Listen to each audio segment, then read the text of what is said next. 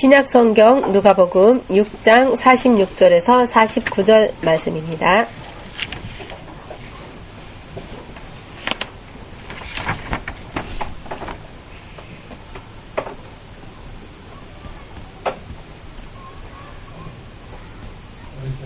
다 찾으셨습니까?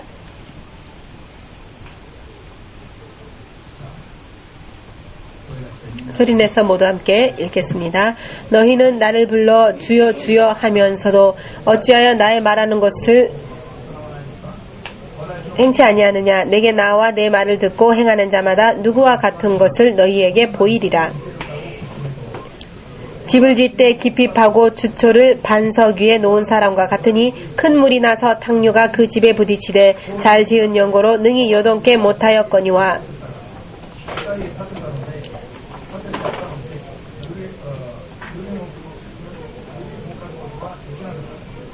듣고 행치 아니하는 자는 주처 없이 흙 위에 집 지은 사람과 같으니 탕류가 부딪힘에 집이 곧 무너져 파괴됨이 심하니라 하시니라.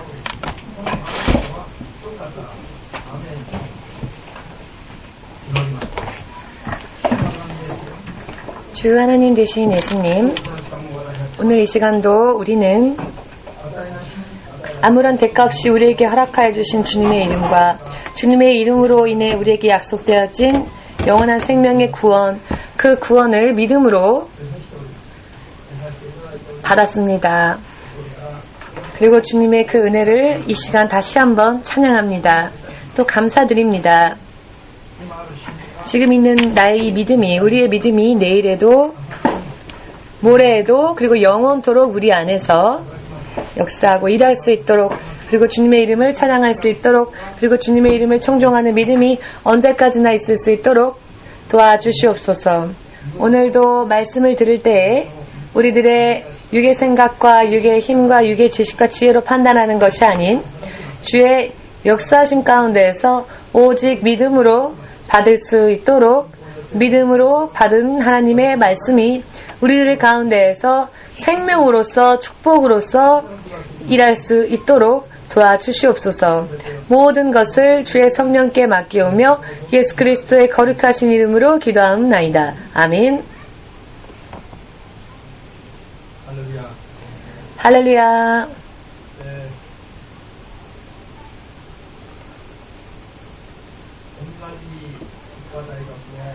똑같은 의과대학,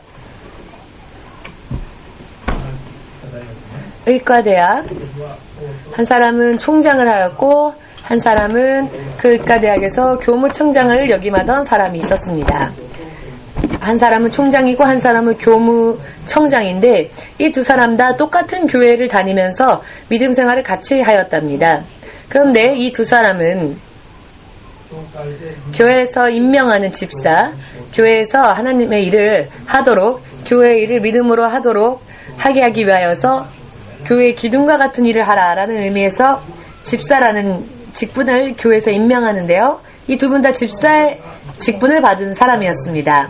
이 두 분은 항상 사이가 좋았고 어느 날은 낚시를 하러 갔습니다. 낚시를 하러 가서 물고기를 잡고 그 잡은 물고기로 생선찌개를 만들어서 먹었습니다. 찌개가 아니라 회였네요. 회를 떠서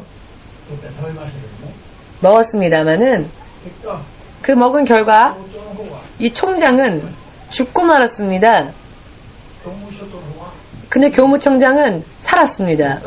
둘 다 그 생선을 먹고 이상 증상이 일어나서 병원에 가서 진단을 받았는데 이 의과대학 총장의 윗속에는 세균이 굉장히 많이 그 안에서 헤엄치고 있음을 발견되었는데 이 세균 때문에 균에 감염되어서 총장은 그 목숨을 잃게 되었던 것이 판명되어졌습니다.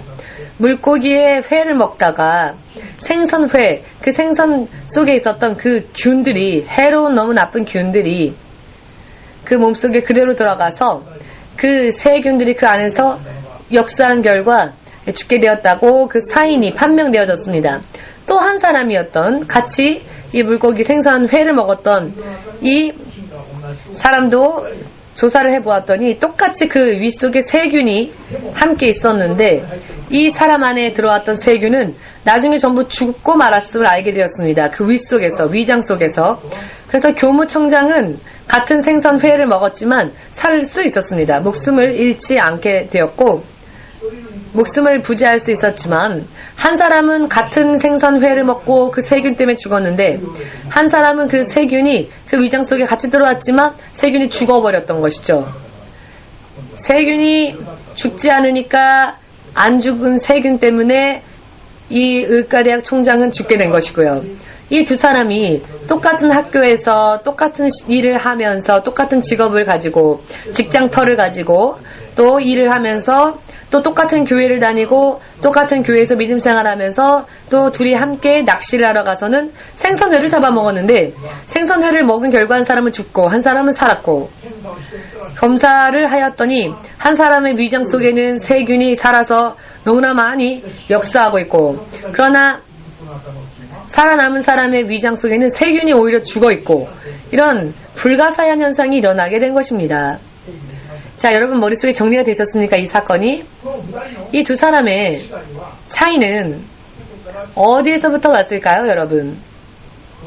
당연히 이 두 사람 중에서 총장은 세상을 떠나고만 총장은 부인에게 어쩔 수 없이 강요되어져서 부인이 교회를 가자고 하니까 어쩔 수 없이 교회를 다니다가 오랜 시간 교회를 다니니까 집사의 임명도 받고 겉모습으로 볼 때는 크리스찬으로 보였습니다. 그렇지만 그 마음속에는 믿음으로 하나님의 말씀을 지키는 그런 신실한 믿음을 가진 자는 아니었었습니다.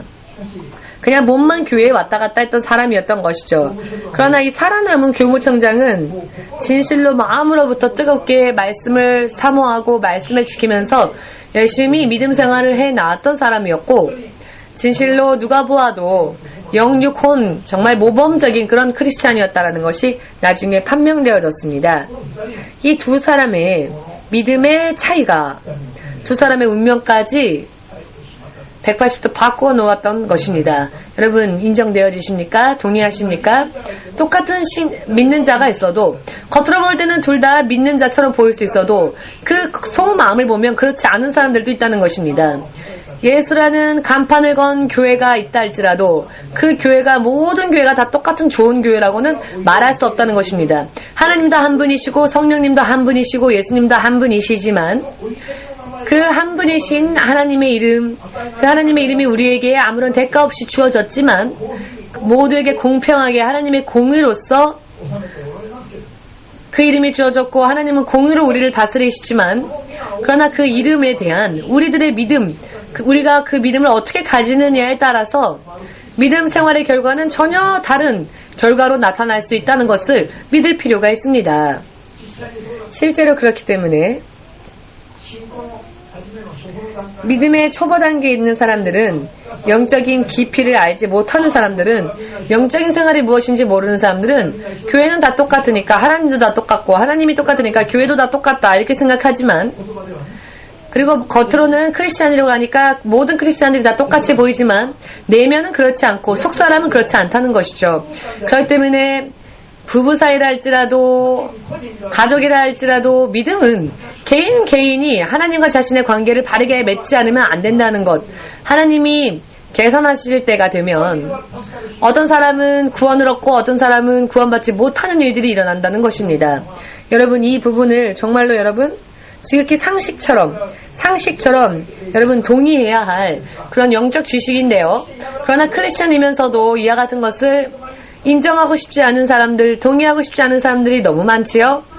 모두가 다 싸잡아서 생각하는 경향들이 지금도 강한 이유는 영적인 지식을 가지고 있지 못하기 때문에 하나님을 믿으면서도 지식이 없음으로 망하는 것입니다. 모처럼 하나님의 백성이 되었음에도 불구하고 왜 지식이 없어 망하느냐? 왜 망하느냐? 그 개인이 자신의 믿음 생활, 하나님과의 자신의 관계를 바르게 맺지 않았기 때문입니다. 이것을 여러분 확실하게 깨달으시길 바랍니다. 예수님을 믿는 목적은 무엇입니까?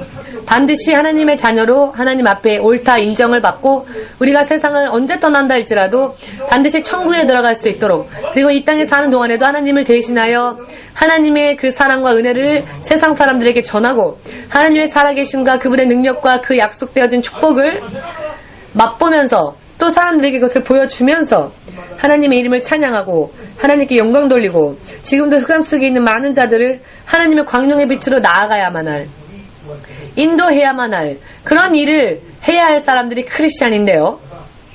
그리고 그 크리스찬의 정체성이 바로 여기에 있습니다만 이렇게 하지 않는 사람들이 너무 많은 것이죠. 믿으십니까? 여러분과 저는 예수님의 대역으로 이 자리에 이 세상에 보내어진 사람들입니다. 예수님을 대역으로, 예수님 대신으로 우리가 살지 않으면 안 됩니다. 예수님의 대역을 우리가 이 세상에서 감당하지 않으면 안 됩니다. 그러나 예수님의 대역을 감당해야 할 우리가 그 예수님에 대하여서 너무나도 모르고 있다는 것, 예수님을 잘 알지 못하면서 나는 예수를 믿기로 결심했으니까 나는 예수를 믿는다, 이것으로 괜찮다고 생각한다면 그것은 너무나도 슬픈 일입니다. 하나님은 지식이 없으므로 망한다고 하시기 때문입니다. 하나님은 사람을 처음 땅의 한 줌 흙으로 만드셨지요.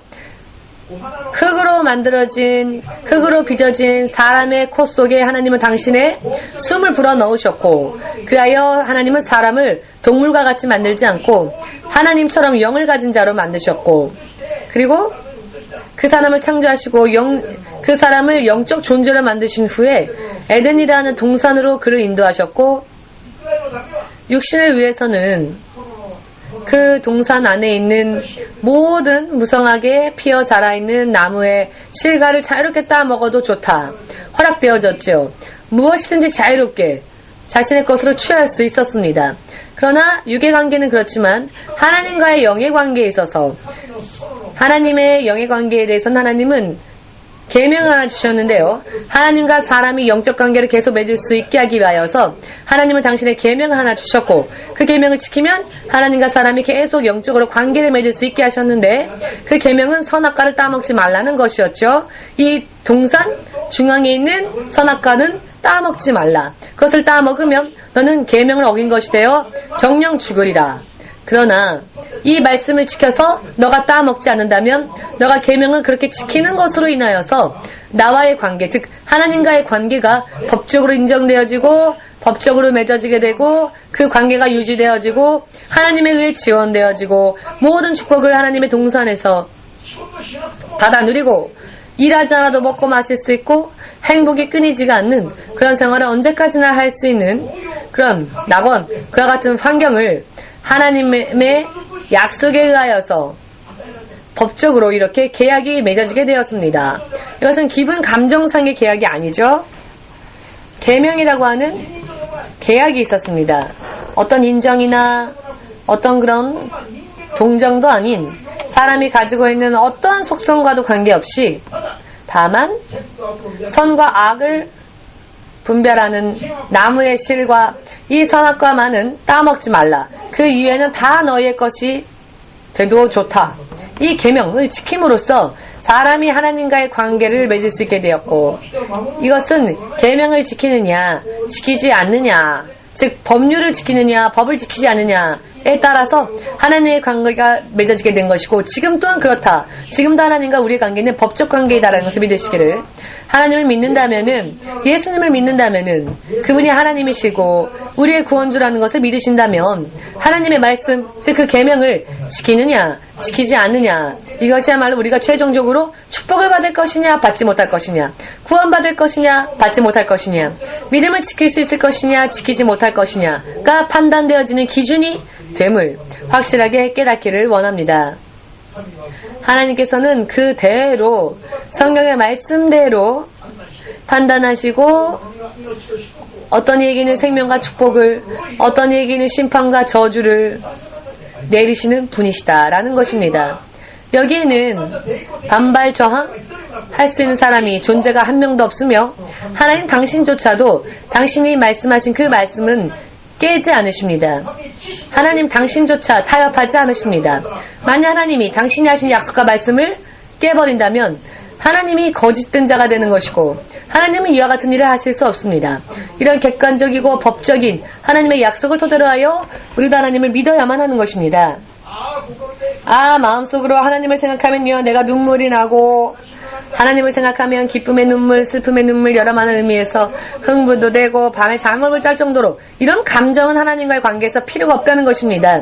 예수님을 생각하면 밤에도 흥분되어서 잠을 못 자요. 너무나 행복해서. 이런 감정, 기분은 하나님과 아무런 관계가 없다는 것을 우리는 알아야 할 것입니다. 말씀을 지키면서 그런 기분과 감정이 있다면 그것은 하나님께서 기뻐하시는 것이 되지만, 말씀을 지키지도 않으면서 아무리 흥분해서 나는 예수를 믿습니다, 나는 크리스찬입니다, 나는 예수를 위해서라면 무엇이든지 할 수 있습니다, 말로만, 기분 감정으로만 그러고 실제로는 하나님의 계명을 지키지 않는다면 이런 기분 감정은 하나님과 아무런 관계가 없다는 것입니다. 하나님과 우리의 관계는 하나님의 말씀을 지키느냐 지키지 않느냐, 하나님의 법을 지키느냐 지키지 않느냐, 이런 법적인 관계이기 때문입니다. 할렐루야. 싫다 이런 분 있으십니까? 이런 건 내 마음에 안 들어. 나는 예수님을 생각할 때 생각하는 것만으로도 마음이 이렇게 뜨거워지고 눈물이 날 것 같은데, 일일이 그런 말 하지 않아도 마음이 뜨겁고 사랑하고 있는데 하나님을 사랑한다면 하나님의 입에서 나오는 그 말씀과 계명을 지켜라. 그것이 하나님을 사랑하는 것이다. 요한복음 14장 21절 이하 말씀을 믿으시기를 주 예수의 이름으로 축복합니다.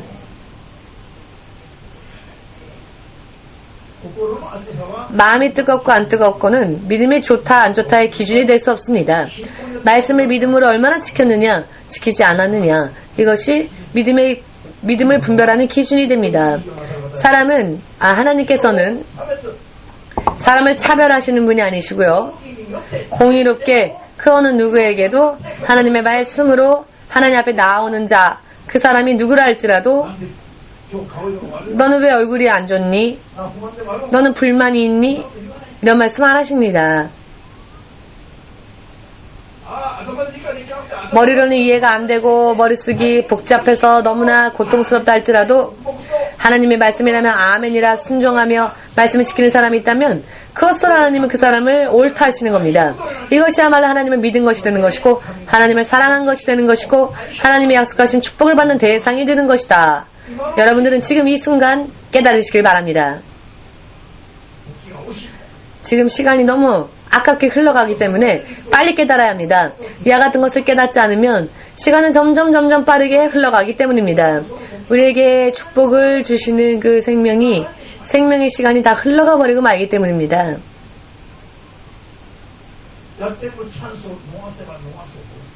다가오는 찬스를 놓치면 놓칠수록 그 횟수가 적어진다라는 것 정도는 확실하게 깨달으시길 예수님의 이름으로 축복합니다. 아직 건강하니까 언젠가 하면 되겠지 그렇게 생각해도 그 언젠가가 안 오는 겁니다. 몇 번 찬스가 있을지, 몇 번 찬스가 돌아올지 모르겠지만 찬스는 놓치면 놓칠수록 적어질 뿐입니다. 찬스가 아직 육신이 건강하다 할지라도 찬스를 다 놓친 사람은 하나님을 바르게 믿고 싶어도 그냥 생각만 하지 실제로 그렇게 안 되는 때가 옵니다. 이러한 것까지 모르면 정말 완전한 승리는 우리가 기대할 수 없다는 것을 알아야 할 것입니다. 아멘. 예수님을 우리가 왜 믿습니까? 예수님이 불쌍해서 믿어주는 걸까요? 우리가? 심원수 목사님이 불쌍하니까 이 교회에 조금 기부해 주자 싶어서 여기에 와 계십니까? 천하가 아니라 눈에 보이는 세계와 보이지 않는 모든 세계조차 전부 예수님의 손 안에 있기 때문입니다. 불쌍하게 보일지는 모르지만 실상은 예수님은 불쌍한 분이 아니십니다. 제가 불쌍해 보이십니까? 전혀 불쌍해 보이지 않죠? 저는 불쌍하지 않기 때문에. 그렇게 보일지 모르겠지만 제 마음속에는 우주 만물을 창조하신 예수님의 이름과 그 권위와 능력이 있습니다. 필요할 때에는, 정말 필요한 것은 제가 기도하지 않아도 하나님은 전부 다 저에게 허락해 주십니다. 정말로 저에게 있어서 필요한 것은. 왜냐하면 제가 평소 하는 것은 하나님의 뜻과 그 말씀을 지키는 것, 이것을 제가 평소 때 하는 대부분의 일이기 때문에, 그렇기 때문에 나머지는 하나님께서 알아서 저를 위해 주십니다. 그렇기 때문에 다른 것에 대해서는 별로 기도를 잘 하지 않습니다. 계산하지 말라고 하셨기 때문에 계산하지 않습니다.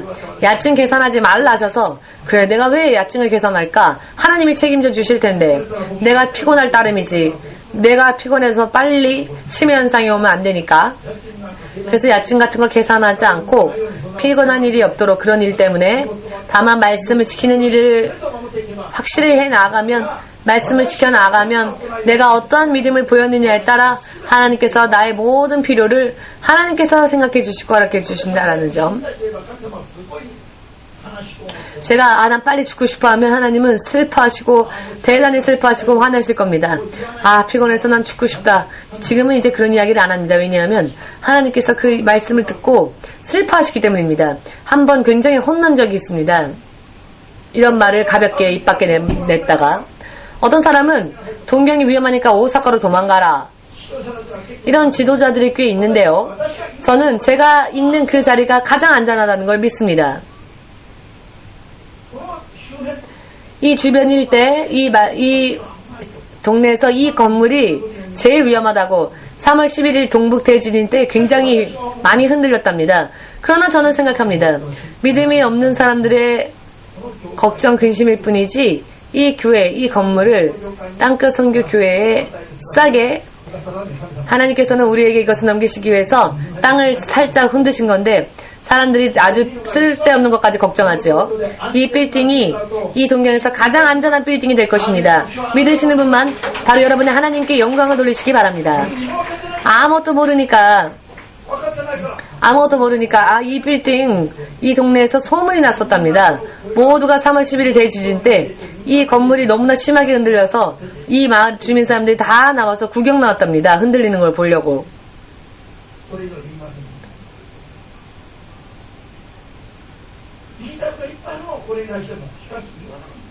이것에 대해서도 할 말이 너무 많은데 말하지 않지요.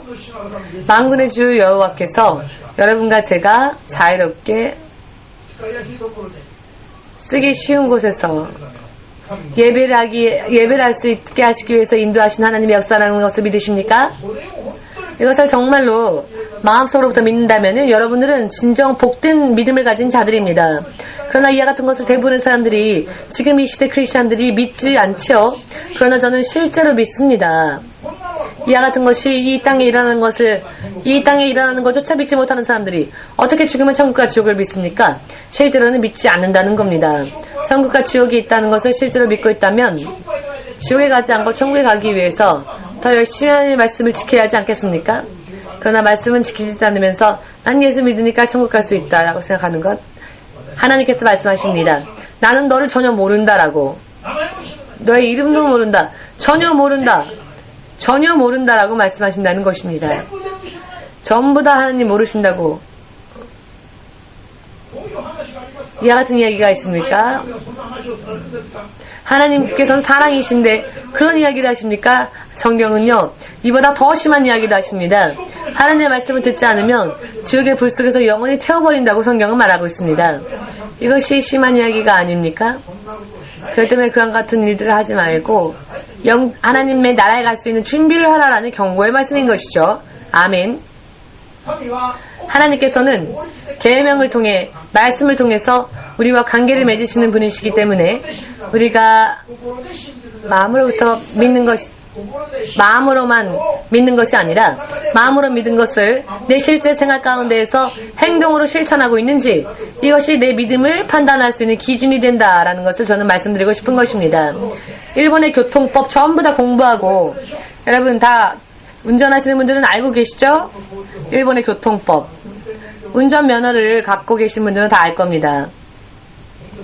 공부하죠? 운전면허 딸 때 2번이나 테스트를 합니다. 필기시험도 실기시험도.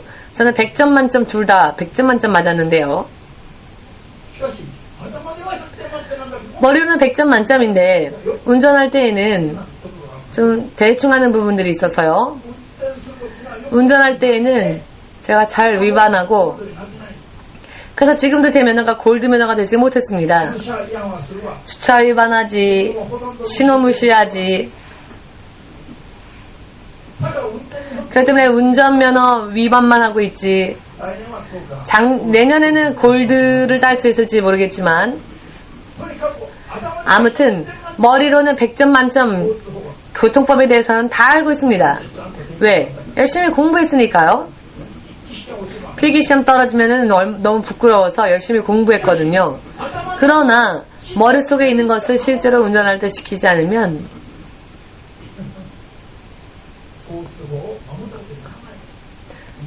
교통법이 실제로 알고 있는 것과 실천이 틀리다면 이건 위반되어지는 것이죠. 알면서도 위반을 하면 벌금이 부과될 것입니다.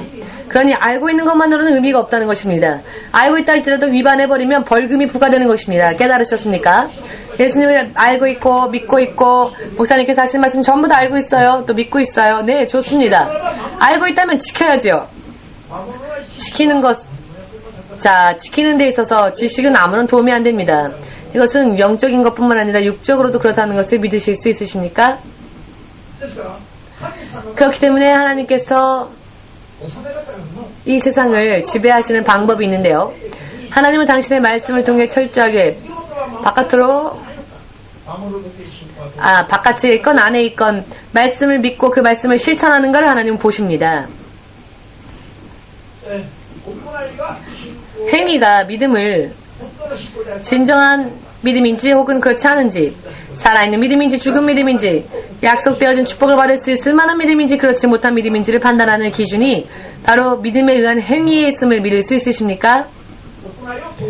믿음을 행위로서 보이지 않은 믿음들은 모두가 다 죽은 믿음입니다. 왜 일부러 물속까지 들어와서 어른들이 아이들도 아니고 어른들이 물장난도 아닌데 왜 사람들의 몸을 물속에 집어넣고 다시 일어나게 하고 왜 이런 일을 할까? 정말 생각해보면 이 침례받는 광경을 다른 사람들이 보면 참 어리석게 보일 겁니다. 물속에 자기의 몸을 실제로 장사한다는 행위, 그리고 내가 물 위에서 나올 때에는 거듭나서 하나님의 사람으로 이제 앞으로 하나님의 사람으로 살겠습니다. 행위로서 믿음을 보이면서 이 고백이 바로 침례인 것이죠. 그 행위를 보고 하나님이 우리를 인정해 주시는 것이니까요. 마음만인, 말만인 고백, 믿음 생활은 하나님의 기준에 맞지 않습니다. 확실하게 믿읍시다. 성경 전체를 읽어보시면 전부 이 행위가 모든 것의 기준이 되어 있음을 알 수 있고 이것으로 사람들의 운명이 좌우되어짐을 확실하게 볼 수 있습니다. 확실하게. 다니엘서 5장에 느부갓네살 왕을 페르시아 왕의 아들이 자신의 아버지 시대 때 느부갓네살 벨사살 왕이 자신의 아버지였던 느부갓네살 왕 때 하나님께서 자신의 아버지였던 왕을 하나님께서 만지셔서 그 느부갓네살은 하나님의 존재를 알았습니다. 왕의 자리에 앉을 수 있는 것도 물러날 수밖에 없는 것도 사람이 지혜를 가지는 것도 그렇지 못한 것도 전부 하나님의 손에 의해서다라는 것을 다 체험하였습니다. 그리고 이 아버지가 그렇게 하나님의 안에서 체험하는 것을 아들 벨사살 왕은 보고 알고 있었습니다. 그러나 알고는 있었지만 자기 스스로는 그 하나님에게 찬양하고 영광 돌리고 그 믿음의 행위를 보이려고 하지는 않았습니다. 이것이 하나님 앞에 판단되어졌고 이것이 다니엘서 5장 마지막 후반에 이 부분이 소개되어지는데요. 여기에 이런 말이 나옵니다. 메네 데케르 우바르쉐, 하나님께서 느부갓네살 왕의 아들이었던 벨사살, 그가 왕이 되었을 때 하나님이 그를 판단하셨습니다. 그리고 그를 저울에 재셨습니다. 세어보셨죠?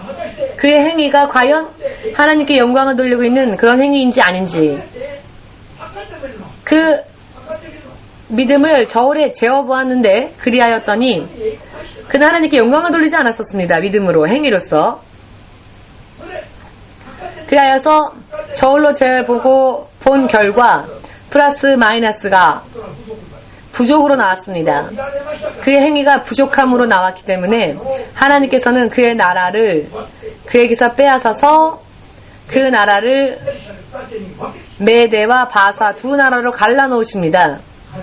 즉 그의 인생을, 그 축복을 하나님께서 파괴시키셨습니다. 그 근거는 어디에 있습니까? 왕이 되고 난 다음에 어떻게 하나님을 찬양했느냐 혹 찬양하지 않았느냐, 그 기록되어진 행위를 보고서 판단할 수 있는 것입니다. 동의되어 주십니까? 이방 나라의 왕, 그리고 그 이방 나라조차도 하나님은 이렇게 그 나라들을 치리하고 지배하시는데 하물며 하나님을 믿는 사람들을 하나님을 더 면밀하게 판단하지 않으시겠습니까? 이것을 믿으시기를 주 예수의 이름으로 축복합니다. 이스라엘의 히스기야가 불치병에 걸렸죠. 이사야서 38장에 나옵니다. 그가 불치병에 걸렸을 때 하나님 앞에 나와서 그가 무엇을 근거로 하여 기도를 했는가? 여러분 알고 계십니까? 그는 다른 것을 의지하지 않고 오직 벽을 보고 앉습니다. 눈앞에 들어오는 것이 없도록, 눈앞에 그 다른 어떤 것도 그의 마음을 빼앗을 수 없도록 벽을 향해 앉습니다. 그리고는 먼저 눈물을 흘리며 하나님 앞에서 회개를 하려 합니다. 그리고는 하나님께 기도하지요. 그 기도의 대부분의 의미는 무엇이냐면은, 하나님, 제가 당신 앞에서 살아오면서 제가 행한 행위 가운데에서 선량한 행위가 있다면 그것만을 보시고 제가 하나님 앞에 선하게 행한 것만을 기억하셔서 제가 하나님 앞에 행한 행위 가운데에서 선한 행위가 있다면 그 선한 행위를 기억하셔서 선한 행위 그것을 기억하셔서 그것으로 인해 저를 판단하시고 그하여 그것으로 저의 죄를 사하여 주시옵고 그하여 저의 이 병을 고쳐주십시오 라고 기도했습니다. 그 기도가 그대로 상달되어졌고 하나님께서는 그가 행한 행위 가운데에서 선한 행위를 기준으로 하셔서 판단하시고는 죽을 병에서 그를 살리셨고 해방시키셨고 아시리아 제국의 공격에서도 그 나라를 지켜주시는 보너스의 축복까지 받았음을 믿으십니까? 이와 같은 성경의 기록은 성경을 읽고 믿음 생활을 하는 지금 우리들을 위하여서 이 모든 것이 기록되어져 있음을 알아야 합니다. 아멘. 그의 치정, 그의 행위를 칭찬하기 위해서 혹은 사람들이 그것을 기억해야 하니까 그것을 기록한 것이 아니라 이 성경을 읽는 우리들의 믿음을 더욱더 바른 믿음으로 인도하시기 위하여서 이와 같은 기록들을 성경에 남기셨다는 것을 믿고 깨달을 필요가 있습니다. 믿음의 행위가 어떠한가? 자신의 믿음을 스스로 체크하고 점검하여서 진실로 하나님이 약속하신 축복을 받고 그 은혜를 받고 싶다라고 하는 믿음의 그런 소망이 있다면 우리는 자신의 하루하루의 생활 가운데서의 행위를 점검하면서 말씀을 거울과 같이 비추어 보면서 어떻게 읽었는지 어떻게 썼는지를 떠올리고 이것과 비추어 보면서 믿음의 행위를 보이고 믿음을 보이고 믿음의 행위로서 자신의 믿음을 보이고 이런 사람들은 소망을 품어도 되고요. 그렇지 못한 부분들이 있다면 그것이 죄라는 것을 회개하고 믿음을 더욱더 굳건히 해 나아가는 것이야말로 우리의 믿음 생활이어야 할 것입니다. 할렐루야. 이것은 축복과 운명을 좌우하는 이야기입니다. 굉장히 중요한 이야기입니다. 이런 이야기들이 없이 이런 일이 없이 축복받으라 라고 하면 흥분해서 아멘 큰 목소리로 아멘 하지요. 그리고 집에 가면 뭔가 후련하고 그러나 그런 감각과 기분을 의지해서는 안 됩니다. 오늘은 목사님이 설교할 때 내가 아멘 해갖고 마음이 뜨거워져서 지금도 마음이 뜨겁네, 집에 가도 지금 마음이 뜨겁네, 이런 기분을 우리가 믿어서는 안 됩니다. 기분 감각도 중요하겠지만 그보다 더 중요한 것은 내가 그 말씀을 지키는 것에 있다는 것. 말씀을 지킬 때에는 마음이 뜨겁지 않아도 좋습니다. 어쩔 수 없이 슬퍼하면서 해도 좋습니다. 실상은 하고 싶지 않지만 그런 하나님의 말씀이니까 사실은 이해되지도 않고 하고 싶지 않지만 하나님께서 하신 말씀이니까 자 하긴 하는데 참 힘들다 하면서 해도 좋습니다. 아무튼 복종이라도 하십시오. 복종이라도 했다는 그 행위가 여러분들의 인생을 좌우할 것입니다. 마태복음 21장 19절에서 31절 사이 말씀을 보시면 어떤 아버지에게 두 아들이 있었죠. 포도원이 있었고 포도밭이 있었고 이 아들 둘을 불러서 하나님이 이런 말씀을 그 아버지가 이런 말을 합니다. 자, 지금 밭에 가서 그 밭을 경작하여라. 그랬더니 큰 아들은 네, 그렇게 하겠습니다 라고 말을 해놓고는 결국은 안 나갔습니다. 아버지의 말을 들을 때에는 네, 알겠습니다, 그렇게 하겠습니다, 가겠습니다 라고 했지만 네, 알겠습니다 라고 말을 하였지만 실제로는 그 큰 아들은 가지 않았습니다. 차남은 싫어요. 친구와 약속이 있고 오늘 약속이 있다 할지라도 교회에 오신 분들이 계실지도 모르겠습니다. 친구들과 약속이 있고 놀고 싶고 그런 일은 하고 싶지 않고 가기는 게 싫어요. 포도밭 가서 일하는 거 싫어요, 아버지 라고 둘째 아들은 아버지의 말을 거절했지요. 그런데 이 둘째 아들은 말을 들었을 때는 거절했지만 나중에 곰곰이 생각해보니 내가 잘못했구나. 모든 재산이 하나님의 아버지의 것이고 우리는 빈손이고 그 아버지가 유산을 상속하지 않고 만일 죽는다면 전부 다 형의 것이 되지 않을까? 여러 많은 생각들을 해보니까 안 가는 것보단 가는 게 좋겠다 싶어서 이 차남은 후에 회개하고는 후회하고 뉘우쳐서 포도밭으로 갔습니다. 그리고 일을 했습니다. 이 둘 중에 누가 아버지의 마음에 합당한 아버지를 기쁘게 한 아들이겠습니까? 아버지의 말대로 행한 사람은 누구입니까? 성경은 그것을 우리에게 반문하고 있습니다. 말씀을 들을 때는 아멘하지 못했죠. 둘째 아들은 믿음의 약함도 있었고 상황 형편도 있었고 현실이 너무 힘드니까 이것저것 생각하면 머리가 터질 것 같으니까 교모 오늘도 하나님의 말씀 이 설교가 나를 위한 설교구나. 그러나 밥 먹고 집에 가서는 역시 말씀을 지켜야 되겠다. 그래서 회개하겠습니다. 지금까지 마음만 있었던 것을 회개하고 행위로 옮기지 않았던 것을 회개합니다. 제가 이제는 말씀을 지키는 삶을 살겠습니다. 하나님 말씀 지키겠습니다 라고 할 때 정말로 예수님을 향한 마음이 정말 그런 사랑이 뜨겁고도 부드러운 사랑이 내 안에 타오르지 않는다 할지라도 납득은 되지 않고 현실은 이렇고 나는 이런 생활하고 싶지 않지만 하나님의 말씀이시니까 말씀대로 행해보겠습니다. 그리하여서 기록되어진 대로 나에게 들려주시는 대로 그 말씀을 지켜 순종하면 하나님께서 그 믿음을 살아있는 믿음이라 인정해 주시고 약속해 주신 축복 안으로 인도해 주신다는 것을 확실하게 믿으시기를 주 예수의 이름으로 축복합니다. 설교를 위한 설교가 아니라 그냥 교회만 왔다 갔다 하는 것이 아니라 실제로 하나에서 10가지 아니 모든 것을 하나님으로부터 하나하나 전부 하나님이 우리에게 주지 않으시면 우리는 누릴 수가 없는 존재입니다. 하나님 저는 아무것도 필요 없어요. 전 지혜도 있고 지식도 있고 힘도 있고 돈도 있고 능력도 있고 가족도 있으니까 단란한 가정도 있고 아무것도 하나님이 저에게 주지 않아도 좋습니다. 그런 사람들이 있겠죠? 그럼 하나님은 그래 알았다. 너에게는 내가 필요가 없구나. 그래 알았다. 오늘 밤 내가 너의 생명을 너의 육신에서 거두어 가겠다 라고 하신다면 어떻게 되겠습니까? 모든 것을 다 가지고 있으면서도 모든 것을 다 두고 갈 수밖에 없죠.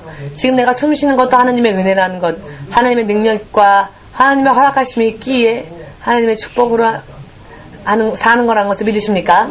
자연 만물은 창조되어진 자연 법칙에 그냥 스스로 움직이고 있는가? 혹은 하나님의 두 손 안에서 지배당하고 있는가? 어느 쪽이 아멘이십니까? 지금도 하나님이 그 모든 것을 한 손에 쥐시고 지배하고 다스리십니다.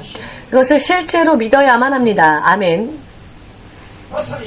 실로 자연 안에 있는 모든 세계와 사람과 그 사람의 인생조차도 하나에서 10가지 하나님이 전부 그 손에 쥐고 계시고 하나님이 허락하신 것만이 우리들의 것이 될 수 있음을 인정하는 것이 빠를 겁니다.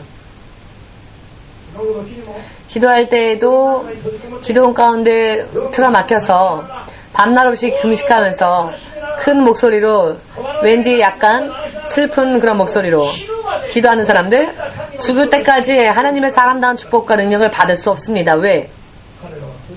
그들은 행위가 없으니까 그냥 산속에 틀어박혀 있을 뿐이니까. 하나님의 사람들은 산속에 틀어박히는 게 아니라 듣자마자 세상으로 나아가서 생활 가운데에서 사람들 사이에서 나의 선한 행위를 보이고 하나님께 보여야 합니다. 산속에 틀어박혀 있는 사람들은 죽을 때까지 거기에서 혼자 있을 수밖에 없습니다. 기도는 목사님들보다도 더 많이 기도하겠죠? 그러나 그들은 행위가 없습니다. 인정받을 만한 근거가 없는 것입니다. 모두 함께 한 번 들으면 열을 행하자. 깨닫는 것은 중요하지만 깨닫고 행동하지 않으면 의미가 없죠. 못 깨달았다 할지라도 들은 대로 묵묵히 순종하면 됩니다. 깨닫는 것은 필요합니다. 분별하기 위해서. 그러나 그보다 더 중요한 것은 행위로 옮기는 것이 더 중요합니다. 할렐루야.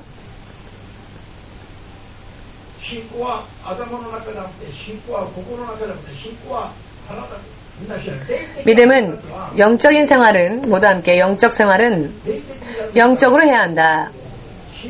믿음 생활은 영적으로 해야 한다.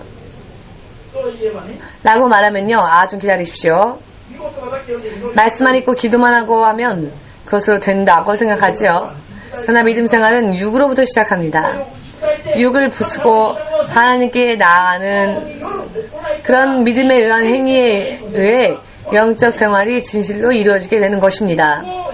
육을 순종시키는 믿음의 행위가 없이는 믿음은 한 발자국도 더 성장할 수 없음을 깨달으시길 예수님의 이름으로 축복합니다. 신학생들에게 영적인 훈련만 받게 하고 종으로 부름받은 사람들 가운데에서 신학교에 입학하면은 지식만 가지려고 하지 지식 이외의 것을 시키면 싫어하는 사람들이 굉장히 많습니다. 영적인 믿음 생활, 영적인 훈련의 시작은 내 몸을, 내 육신을 먼저 치고 하나님 앞에 내 육신을 쳐서 내 육신으로 먼저 하나님의 계명을 지키는 행위로부터 시작하는 것이고 내 육신의 생각과 마음을 부수고 하나님을 순종하고 나아가는 것이 바로 여기에서부터 영적 훈련도 믿음도 시작된다는 것을 깨닫지 못하면 아무리 시간이 지나도 하나님과 평행선을 걸을 수밖에 없습니다. 하나님을 믿노라 하면서도 하나님과 교제할 수 없는데 교제하기가 어려운데 하나님과 저는 다른 길을 걷는다면 어떻게 되겠습니까? 영적인 생활의 시작은 육신으로부터입니다. 육의 행위로부터 이것을 깨닫는다면 여러분들은 지름길을 걷게 되는 것일 것입니다. 알기 쉽게 말씀드린다면 신학생이 되었다면 먼저 화장실 청소부터 스스로 자원하는 마음으로 해야 합니다. 알기 쉽게 말씀드리면 봉사부터 하는 것이죠. 지금까지는 앉아있으면 누군가가 커피 마시겠습니까? 네. 밥 드시겠습니까? 아니요. 멋만 부리던 사람들이 신학생이 되면 자기가 먼저 여기저기 가면서 무엇을 도와드릴까요? 제가 이걸 도울까요? 커피 드시겠습니까? 라면이라도 드시겠습니까? 사람들에게 무시당하는 일이 있다 할지라도 행위로서 옮겨야 하는 것이죠. 이러한 사람이야말로 정말로 나중이 되면 영적으로 깊고 커져서 하나님의 기뻐하시는 자가 되고 하나님의 영광과 능력이 뒤따르는 그런 종이 될 수 있고 그런 하나님의 자녀가 될 수 있습니다. 왜입니까? 하나님께서는 행위를 보시고 그 사람의 믿음이 어디 있는지를 판단하시기 때문입니다. 행위를 보시고 판단하시기 때문입니다.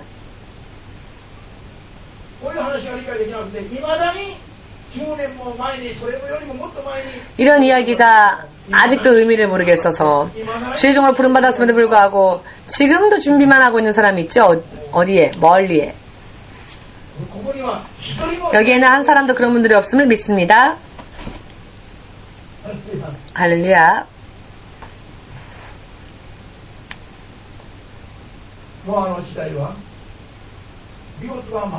노아 시대 때에는 말씀을 지킨 자와 지키지 않은 자가 환란을 만났을 때 하나님의 부하심을 받느냐 받지 못하느냐 이렇게 대조적으로 우리들에게 나타내주는 좋은 사건이었습니다. 노아가 500살이 되어서 세 명의 아이를 낳기 시작합니다. 셈, 함, 야벳. 잘 들어주십시오. 셈, 함, 야벳은 500살이 노아가 500살이 되었을 때 1명, 2명, 3명 낳고는 아이를 낳고는 그만두는데 아이를 낳을 때 얼마가 걸릴까요? 연년생이라면 빨라도 3년이 걸릴 것이고 조금 간격을 두고 낳은다면 예를 들어 3년 간격을 두고 3명의 아이를 낳았다면 10년 동안의 아이를 낳았던 것이겠지요. 여유를 가지고 1명 낳는데 10년 걸렸다고 한다면 한 30년 걸려서 3명의 아이를 낳았을지도 모르겠습니다. 그러나 30년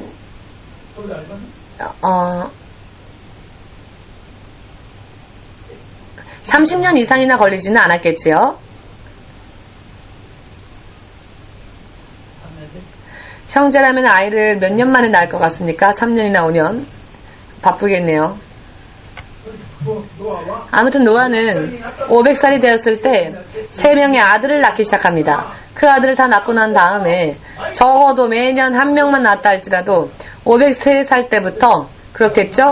503살 때부터 이 3명의 아이를 낳고 난 후에 하나님의 말씀이 처음으로 그에게 임했습니다.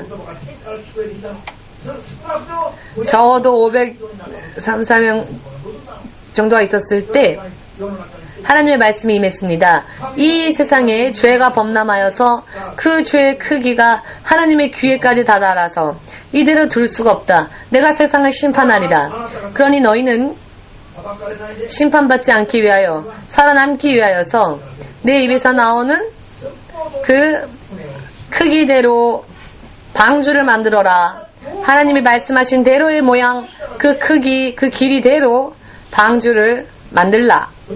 그리하여 방주를 만들고 홍수가 실제로 이 땅에 임한 것은 노아가 600세가 되었을 때였습니다.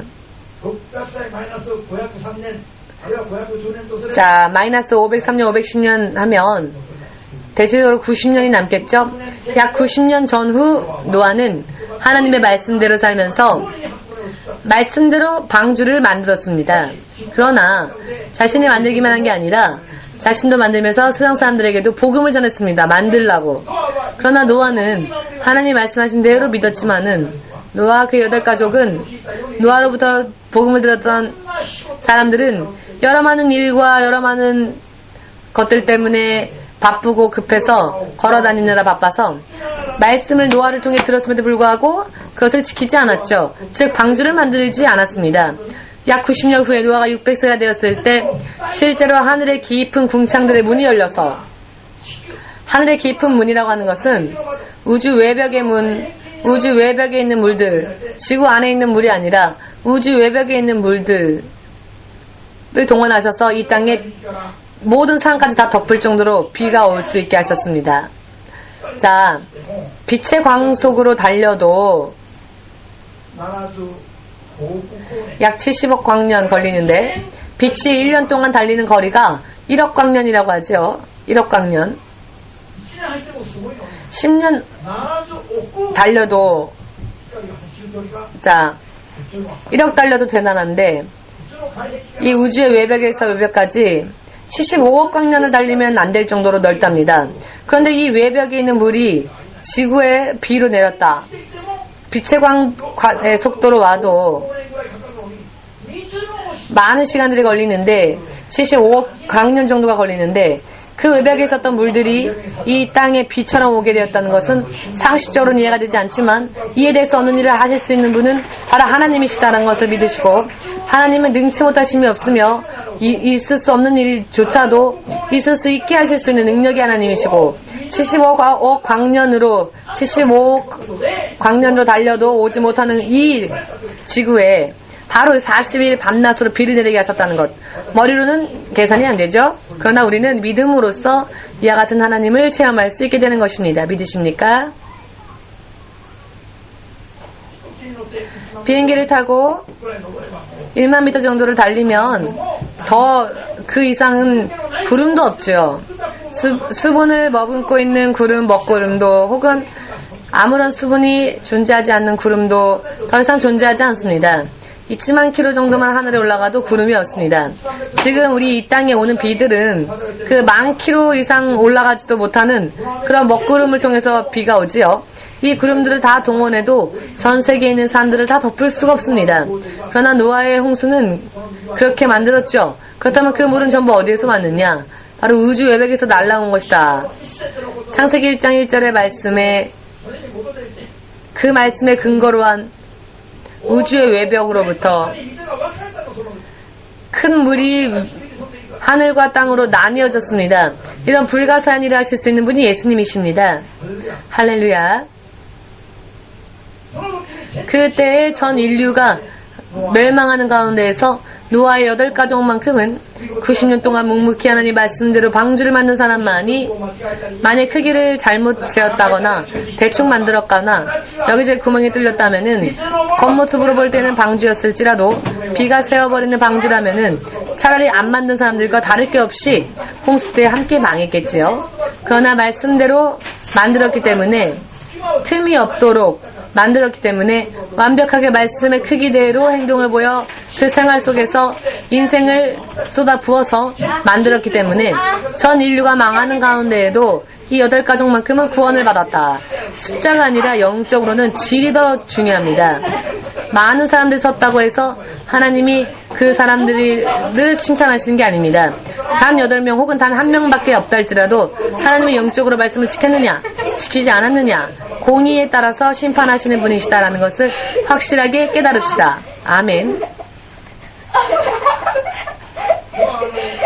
노아의 시대 때의 이 사건은 이 세상의 마지막 시대에 마지막 시대 때에도 노아의 시대와 똑같이 멸망이 임할 것입니다. 지금도 묵묵히 말씀을 지키면서 말씀을 통해 믿음 생활을 해 나아가는 사람들은 어느 날 돌연히 주 예수가 재림하셔도 하늘로 들림을 받고 첫째 부활에 참여하며 죽을 몸이 죽지 않는 부활의 몸으로 바뀌어져서 예수님을 공중에서 만나게 될 것입니다. 그리고 7년 동안 연애를 할 때 이 땅에서는 지금까지 일찍이 이 땅에 볼 수 없었던 대환란이 일어날 것이고 믿음이 정말로 좋지 않은 사람, 정말 좋지 않으면 믿음을 지킬 수 없는 그런 환란 속에 대부분이 들어가게 될 것입니다. 이런 환란 속에 들어가면 한 그릇의 라면 때문에 한 그릇의 라면만 줘도 예수님 교회 어찌되든 상관없다 바로 배신하는 그런 사람들이 속출할 것입니다. 그렇게 되기 전에 말씀대로 믿음을 보이고 행위를 보이고 믿음의 방주를 만들어서 아무런 틈이 없이 믿음의 방주를 만든 사람만이 들림받아 첫째 부활에 참여하게 될 것입니다. 들림받는 자들은 첫째 부활에 참여하는 자들은 복된 자들입니다. 왜냐하면 둘째 사망이 즉 심판이 그들을 다스리지 않기 때문입니다. 그들은 완전히 영원토록 보호하심을 받습니다. 그러나 극히 일부분만이 그렇게 된다는 것을 깨달으십시오. 지금 바로 이 때에 믿음을 우선으로 하지 못한 채 내 생활, 내 생각이 내 인생의 우선이 되어서 생활하는 사람들은 이 땅에 남겨질 수밖에 없는데 그런 사람들은 대부분이 그 사람들의 숫자는 이 세상의 대부분의 사람들일 것입니다. 노아 8가족, 전 세계의 사람들이 무너지고 노아 8가족만이 구원받았는데 마지막 때에도 이렇게 될 것입니다. 지금도 성령으로서 구원받는 자들의 숫자는 극히 적다는 것, 이것을 영적으로 하나님께서는 아직 지금도 계시를 주신다는 것을 온전히 믿으시고 노아 8가족이 방주를 어떻게 만들었느냐 여기에 착목하여서 그와 같이 우리는 방주를 실제로 만드는 게 아니라 믿음을 방주처럼 만들어서 믿음의 방주를 만들어서 믿음이 새지 않는 그와 같은 튼튼한 방주처럼 믿음을 만들어야 할 필요가 있습니다. 그 말씀을 내가 믿었다 할지라도 그것을 행하지 않으면 아무리 축복이 약속되어져 있어도 날아갈 수밖에 없습니다.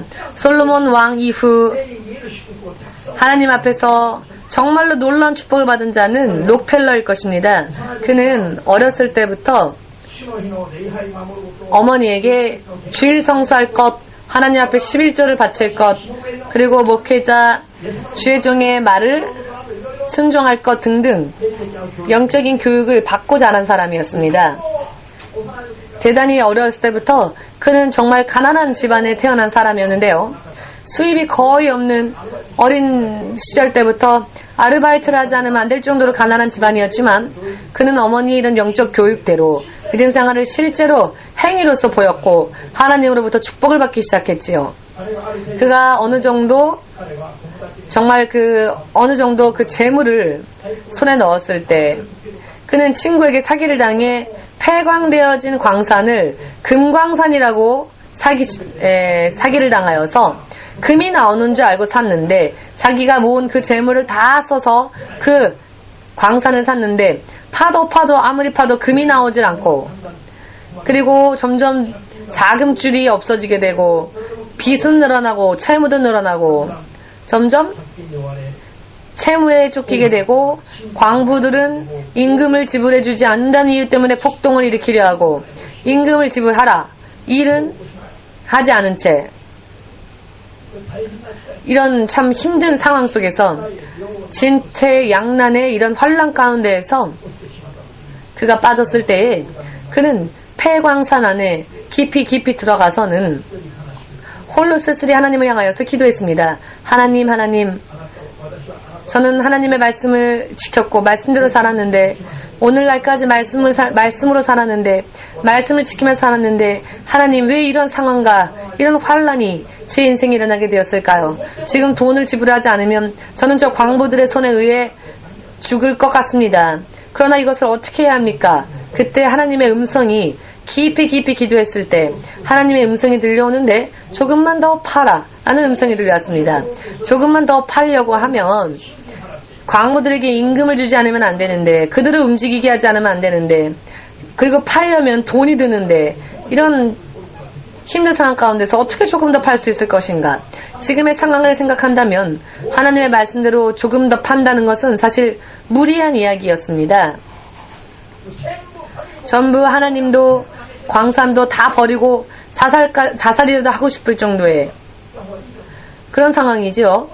정말로 이런 상황인데 하나님께서는 조금만 더 팔아 라고 말씀하시는 겁니다. 여러분들이라면 이때 지금 힘들다 할지라도 하나님의 말씀대로 살겠습니다. 말씀 먼저 지키겠습니다. 라고 할 수 있으시겠습니까? 아니 목사님 좀 대충 해주세요. 적당히 좀 해주세요. 지금 전 너무 힘듭니다. 좀 적당히 좀 해주십시오. 상황이 좋아지면 하겠습니다. 상황이 좋아지면 말씀 지키고 열심히 하겠습니다. 이런 사람들이 세상에 더 많죠? 우리 교회는 그런 사람들이 없다고 믿겠습니다만은 그냥 믿고 있습니다. 있을지도 모르겠지만 저는 없다고 믿고 싶습니다. 지금 조금 힘드니까 상황이 좀 안정되어지면 가겠습니다. 상황이 조금 안정되어지면 가겠으니 기다려 주십시오 등등. 그러나 힘들 때 먼저 말씀을 지키십시오. 어려울 때 먼저 믿음의 행위를 보이십시오. 거기에서 벗어나기 위해서 믿음의 행위를 보이라는 겁니다. 이것이 축복받는 비결인데 목사님과 사모님은 힘든 때 이런 것을 생각했습니다. 지금은 힘들지만 6개월 후에는 어떻게 될까? 6개월 후에도 우리는 하나님 앞에 있을 것이다. 지금보다 더 나빠져도 이것보다 더 나쁜 일은 없을 것이다. 죽을 일은 없을 것이다. 그러니 오늘 먼저 하나님의 말씀을 따르자. 그러면 6개월 후에는 죽어있는 게 아니라 살아있을 것이다. 더 이상 나빠질 일은 없을 것이다. 하나님은 약속을 지켜주실 것이기 때문에 무엇이든지 눈앞에 보이는 게 없다 할지라도 지금까지 그렇게 살아왔습니다. 지금도 매일매일 물 위를 걷는 것과 같은 상황입니다. 지금도 정말로 계산해보면 보이는 게 없습니다. 그러나 걷고 있지 않습니까? 그 물 위를 지금도 마치 물 위와 같은 상황을 머리로 계산하면은 지금도 떨어질 수밖에 없습니다. 물속으로 빠질 수밖에 없습니다. 그렇기 때문에 머리로서 하나님은 네 머리로 계산하지 말라라고 말씀하십니다. 너가 해야 할 일은 계산하는 일이 아니라 하나님의 말씀과 하나님의 뜻과 하나님의 의를 먼저 구하는 일이다. 그것만 하면 나머지는 하나님께서 알아서 해주실 겁니다. 계산해 주시는 분도 하나님이시고 책임져 주시는 것도 하나님이시고 우리의 길을 열어주시는 분도 하나님이신 것입니다. 믿으십니까? 이것은 심원서 목사님에게만 다른 사람들은 듣지 말고 너만 들어라 라고 하신 말씀이겠습니까? 아니면 너가 먼저 듣고 다른 모든 이들에게 전하라 라고 하신 말씀이겠습니까? 당연하지요. 모두가 듣고 따라야 할 말씀인 것입니다. 록펠러는 조금 더 팔아라는 말씀에 순종했습니다. 1m 정도 팠을 때 갑자기 검정물이 솟구쳐 오르기 시작했지요. 아니 금을 팔려고 팠는데 검정물이 솟구쳐 오니 이게 무엇일까? 불길한 물인가? 그것이 석유. 1m를 조금 더 봤더니 그 밑에 석유가 매장되어 있어서 전 세계적인 부자가 될 수 있는 그런 축복이 거기에 있었던 것입니다. 조금 더 팔아라는 소리에 이런 축복이 포함되어 있었을 줄, 이런 일이 일어나기 전에 누가 알 수 있었겠습니까? 매일매일 기도회 오세요. 예배 때 교회 오세요. 말씀 지키세요. 라는 말씀에 여러분들의 운명이 걸려있다고 누가 믿겠습니까? 여러분들은 믿겠지만 세상에 있는 사람들은 믿지 않으니까 교회에 안 오는 것이죠. 조금 더 팔아 라는 말씀에 석유왕이 될 수 있는 축복이 포함되어 있었던 것입니다. 아무것도 보이지 않는데 그런 말씀을 들으면 지금까지도 너무나 힘들었고 지금도 내가 죽게 생겼는데 아니 조금 더 팔아니 무슨 말씀이십니까? 그냥 여기서 어떻게 좀 해주십시오. 더 팔 기력이 없습니다. 여기서 좀 어떻게 안 될까요? 지금 어떻게든 해주십시오 라고 말만 하면서 조금 더 파는 행위를 하느냐 보이지 않았다 합시다. 그렇다면 석유왕이라는 축복은 날아갔을 것입니다. 알기 쉽게 말씀드리면 인내가 필요한 것인데요. 그러나 그냥 가만히 인내하는 것만으로도 안 되고요. 인내함으로써 팔아, 조금 더 팔아 라고 하는 하나님의 말씀에 순종했을 때 록펠러가 석유왕이 될 수 있는 계기가 되었다라는 것을 믿는 자만이 아멘을 주님께 영광 돌리시고 믿음의 행위가 얼마나 중요한지를 깊이 깨달으시고 모두가 그와 같은 믿음에 서시기를 예수님의 이름으로 축복합니다. 아멘. 하나님, 당신을 사랑합니다 라고 말만 하면서 행위로 옮기지 않는다면 어떻게 되겠습니까?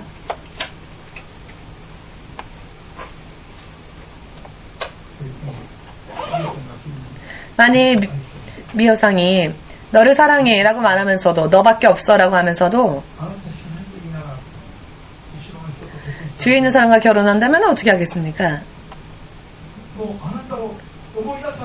너를 생각하는 것만으로도 나는 마음이 벅차. 이 세상에서 나는 너를 가장 사랑해 라고 말하면서 말은 그렇게 얘기하고 있고 머리로도 그렇게 생각한다 할지라도 실제로 삶 속에서는 옆에 있는 다른 사람하고 결혼해버린다면, 그래서 행위로서는 다른 사람과 결혼해버린다면 그런 사랑이 정말 진정한 사랑이라고 인정할 수 있겠습니까? 설명하지 않아도 잘 알 수 있는 부분이지요. 하나님 또한 마찬가지이십니다. 하나님을 사랑한다고 생각한다면 행위로서 다른 곳에 가기 전에 먼저 나에게로 와라. 내게 그 행위를 먼저 보여라. 내게 라고 말씀하시는 것입니다. 나와 결혼한 것과 같이 그렇게 친밀한 관계를 맺으면 나와 함께 가자 라고 말씀하시는 것입니다. 호세아서 2장 19절 말씀에는 정의로서 신실함으로써 내가 너희와 결혼하겠다. 내가 너희를 신부처럼 맞이하겠다. 이처럼 이것은 무슨 뜻이냐? 이렇게 영적으로 가장 밀접하게 친밀하게 하나님과 함께 동행해야 한다는 것입니다. 그렇다면 우리도 그런 밀접한 행위를 보여야 할 것입니다. 록펠러가 행위에 있어서는 하나님을 믿노라 하면서도 기도하면서 울면서 그 마음이 불타오르지만 행위에 있어서는 더 이상 못 팝니다 라고 단념했다면은 석유는 그 자리에서 쏟아져 나왔겠습니까? 그러지 않았겠지요. 조금 더 1m를 더 팔 수 있는 믿음의 행위를 보인 결과 그 믿음이 인정되어졌고 석유라고 하는 놀라운 축복을 받을 수 있게 된 것입니다. 만일 거기에서 그냥 그만두었다면 아무것도 일어나지 않았을 것이고 그 1m 밑에 매장되었던 석유는 그의 것이 될 수 없었겠지요. 석유가 나 여기 있어 라고 말을 해줬겠습니까? 하나님 앞에 다르지 못하는 믿음은 바로 그 발 밑에 석유가 있어도 그것이 나의 것이 되지 못합니다. 내가 먼저 파야 합니다. 그게 바로 믿는 자의 행위라는 것입니다. 아멘. 전부 100을 믿는다면 100을 믿은 만큼 100의 행위를 보여야 할 것입니다. 100을 믿는다면 100의 행위를 보여야 할 것입니다. 행위로서 내 믿음이 증명되어지는 것이고 내 믿음이 인정되어질 때 하나님이 약속하시는 축복을 받을 수 있는 조건이 되는 것입니다. 믿으십니까? 록펠러는 11조를 수입이 계산해서 11조가 얼마인지만을 계산하는 직원만 42명이 있었답니다. 중소기업 하나 정도의 레벨이지요. 이 42명의 직원은 록펠러의 수입의 11조만 계산하는 사람들이었답니다. 이렇게 막대한 재산의 축복을 받을 수 있었던 것은 조금 더 팔아라고 하는 하나님의 음성에 순종했다는 것, 생명의 위기까지 느끼면서도 팠다는 것, 그렇게 할 수 있었던 것은 정말 하나님을 신뢰했기 때문입니다. 팠을 때 아무것도 없었다면 그는 정말 폭동을 일으키는 광부들에 의해 죽었을 겁니다. 도산해버렸을 것입니다. 이런 절박한 상황 가운데에서 하나님의 말씀을 지켰던 것이죠. 조금 더 팔아라고 하는 말씀을 지켰던 것입니다.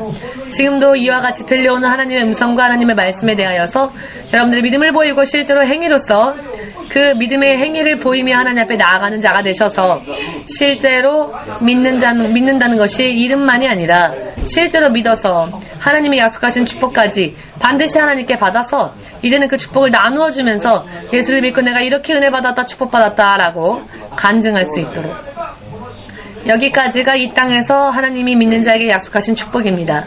반드시 증인은 마음만 입만으로는 증인이 될 수 없습니다. 받은 증거가 있어야 증인이 되지요. 하나님은 말씀하셨습니다. 곤란한 사람이 있을 때, 지금 힘든 사람이 있을 때, 3일도 밥을 못 먹었다라는 사람이 있을 때, 아이고 안 됐네요 라고 말하지 말고 너네가 직접 먹을 것을 줘라. 4,000명 5,000명이 3일 동안 밥을 먹지 못했는데 너희가 주어라 직접. 이것은 무엇이냐? 이런 축복이 약속되어져 있다라는 것입니다. 약속되어져 있는데 예수의 말을 듣지 않고 일부러 사람들이 있는 곳까지 물건을 사러 갔다면은 예수님이 약속하시는 축복과 기적은 맛볼 수 없었겠지요. 누가 말씀을 믿을 것이냐가 문제입니다. 누가 이와 같은 말씀을 믿고 행위를 보일 것이냐가 문제입니다. 제가 원하는 것은 여러분들이 록펠러와 같이 행위로서 옮겨서 축복을 받는 여러분들이 되기를 바랍니다.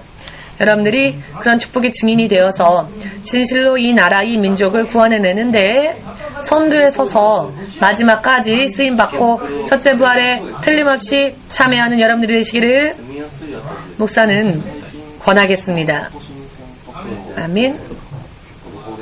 자, 기도하겠습니다. 만군의 주 되신 하나님, 마음이 타오르고 있다면, 하나님을 신뢰하고 있다면 행위를 보여 그 믿음을 증명해야 할 것입니다. 그 믿음이 인정되어질 때까지 그 믿음을 증명해 나아가야 할 것입니다.